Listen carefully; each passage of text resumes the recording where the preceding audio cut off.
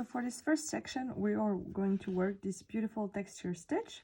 So if you look closely, you can see that the texture looks like little chicken feet with having like three branches. This is why it's called the chicken feet section. But it's a beautiful texture that, unless you are looking for a bird sort of story behind it, it's a fun texture that can work for a lot of projects. It's a bit like a waffle texture, but not as defined, because you have those three branches instead of just like being squares. This is what the back side looks like.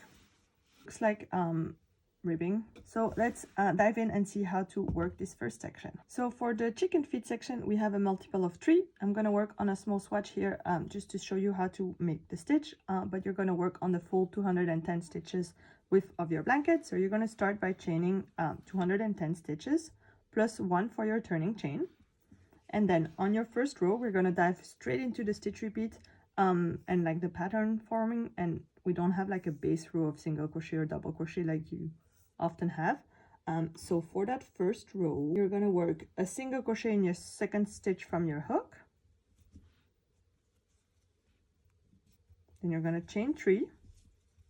You're going to skip 2 stitches here at the base, and you're going to make a single crochet in that third stitch. You're going to chain 3, skip 2 at the base again, and make a single crochet in the third one.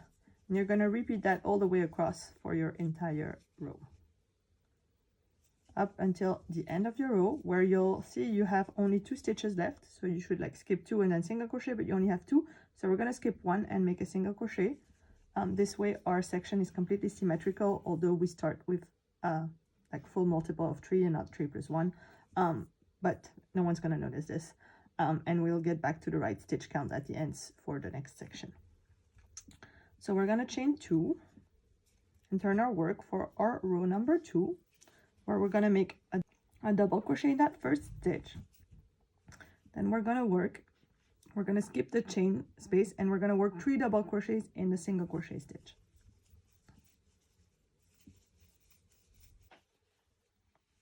I'm going to skip the chain space again and work 3 double crochet in the next single crochet stitch. And you're going to repeat that all the way across until the end of your row.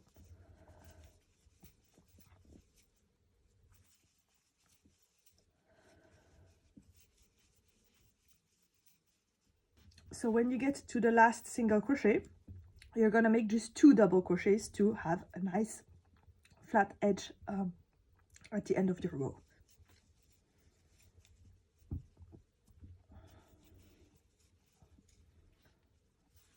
So this is what row 2 looks like on the right side. I'm going to chain 1 and turn our work.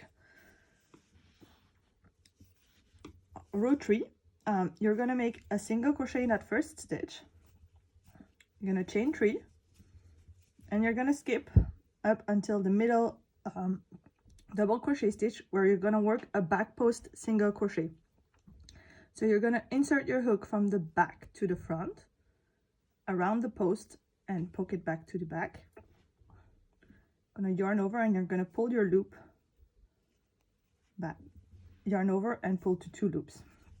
I'm going to chain 3, and we're going to do the same thing around the post of the double crochet, the next one, like the next middle one of the next group of 3.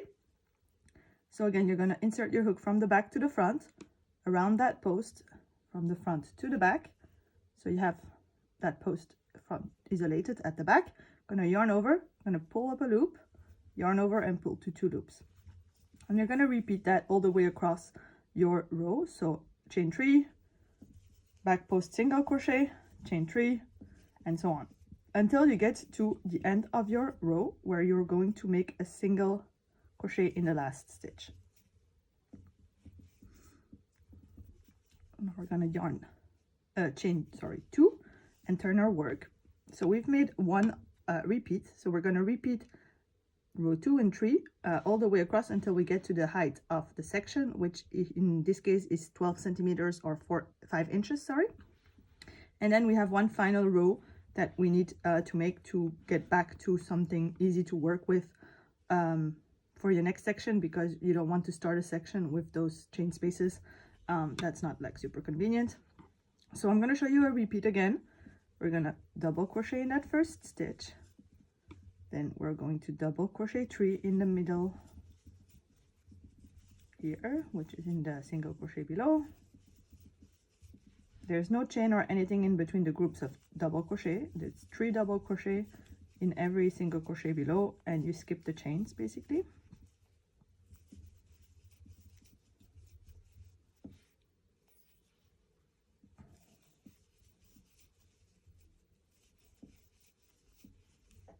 And then when we get to the end of the row, we're gonna make just 2 double crochets in that last one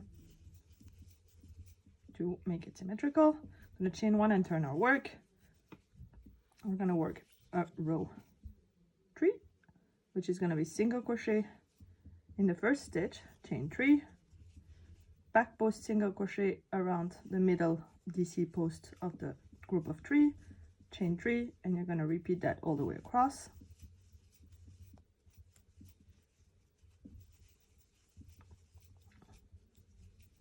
Till you get to the end where you're going to make a single crochet in the last stitch, chain 2 and turn your work. So you're going to repeat those 2 rows until you get to your full height, and I am going to show you how to do the final row now, just to finish off the section. So for the final row you should finish with a row 2, so I need to make 1 row of those double crochet stitches again, so that I can show you the final row.